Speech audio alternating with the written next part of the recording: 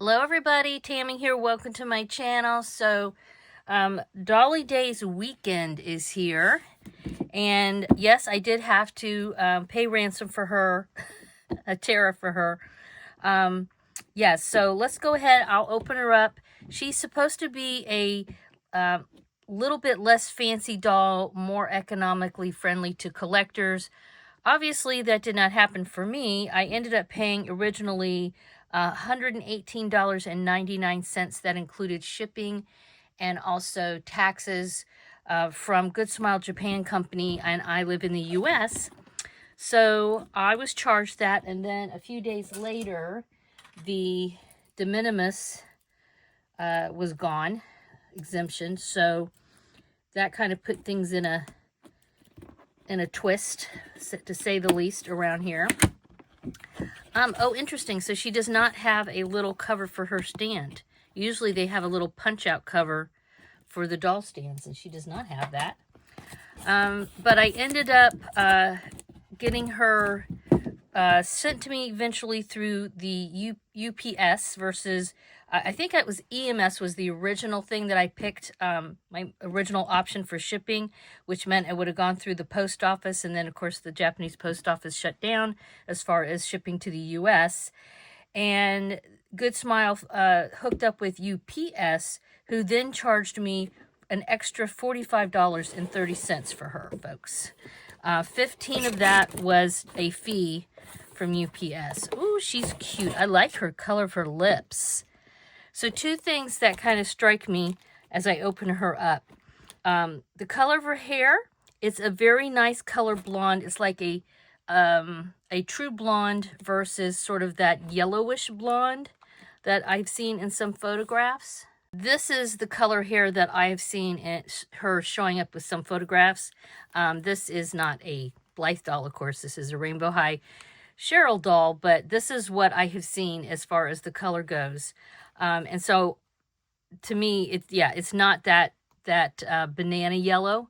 It's more of a kind of true blonde. And also, I can see her lips are very cute. They're very small. I have horrible fingernails, so please forgive, but I wanted to open her up. Didn't have time to do my nails, and I have a dog recovering from surgery, so she's taken up a lot of my time. But you can see, like, the paint isn't, like, I don't know, it looks like her lips are kind of bigger, and it's not really covered there, which is okay. She has, I kind of feel like the edges of her lips kind of turn up just a smidgy bit.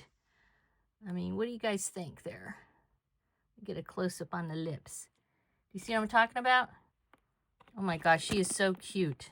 All right, you can see the inside of her box looks like, pink gingham, whereas the outside had blue gingham with little, little bows. So super adorable. Very, very little girly looking. So I'm going to take her, oh, look, her undies are falling off already. They have her all plastic up here. Her hair looks pretty darn long. Look, it comes way down there. And there's a stand. It's just a white stand. She's got a bow, some shoes, socks. Yeah, I mean, she's supposed to be a minimal doll. Unfortunately, I paid quite a bit more for her than I had anticipated. But I'm going to take her out of the box off camera, and then we'll take a closer look at her. She's free. She has these adorable little socks and these super cute shoes. I really like these shoes. I'm a little concerned. A lot of times these socks are kind of thick that they have with these dolls. Too thick to actually fit into the shoes once you get them on their feet. So we'll see. If these socks don't work, I think I might have some little stockings I can put on her. These are cute shoes. They're very soft, rubbery. But yeah, I like the shoes. They're okay. And then she's got this little hair bow that has little comb on it, so you can just pop that in there. So that should be easy to put on her. So little Dolly nudity coming up. I went ahead and took the dress off of her because, of course, she was totally covered in plastic. So here's a little close-up of the dress. It's okay. I feel like it is not up to the standards of a lot of the stock that these dolls have had lately. You can see, like, the inside This is just not finished that well. They did not do such a great job on this collar. It doesn't lay right. It's just kind of too big. And in fact, I've seen pictures of her where this is like all up around her neck, so she looks like she doesn't even have a neck. So, yeah. And what's odd is, so it has, the collar goes up like this. So when you put this on her, it's like, I don't know. The Velcro is up here. It's just, the construction of this, I think, could have been a lot better. It's just kind of bulky up here. So she's a doll I plan to do stuff with, so I'm not super concerned. But yeah, I would have liked to seen a little bit better, especially considering now I've paid about $50 more than I anticipated for this doll. And here she is. She has green eyeshadow. You can see there. Just regular, you know, no colored eyelids, regular black eyelashes, her regular stock. So she has the orange front facing, the side green, the front pink, and the side blue. I imagine quite a few people are probably going to customize this doll. I kind of feel like maybe that's something that Junie Moon was anticipating, supposedly with the idea of maybe, you know, combating the fake ones on AliExpress. She's got, you know, her articulated knees here. And then this underwear, you know, it's just the cheapo underwear, nothing fabulous about it. No manicure, no earrings. This hair looks pretty decent. Let me go ahead. Let's see how bad it is. Yeah, it's not too bad. It feels pretty decent. It feels pretty good. So I'll give it a comb out here off camera. But I think she is a good starter doll, and I was just really curious. I mean, I know she's the old blonde with the bangs, but honestly, I don't have a ton of just blonde with bangs, because a lot of my dolls they're either tan or translucent or something like that. So, all right. Get that plastic out of there. Get the hair out of your face. So you can already see, I mean, I think it was just how she was put in there. Her scalp, yeah, it's good size hair. It's a good amount of hair is what I'm trying to say. It's not a ton, but it's not too bad. It feels good. Yeah, her face, I think, is really cute. A nice face up. It's not overly done. Like I said, I really like the pink of her lips. And she's got a little bit of pink blush. So let me comb out her hair, give it a good brush, and get her stock all on her, and we'll be right back. All right, I got her in her stock, and here you go. This is what I'm talking about. This makes it look like she has no neck. All right, I just feel like this is not the best. I don't know, maybe if I try to press it, I can make it work better, but out of the box, this is what it looks like. Also, I did put her socks on, and I tried to get her shoes on and buckle. I was able to do it with one, but then the sock was all kind of wrinkly and stuff. The sock wouldn't lay flat, so then I tried the shoes on without the socks, and as you can see, they fit really well. I feel like those socks are just too thick, so if I were to keep her in this outfit, I would just give her some stockings.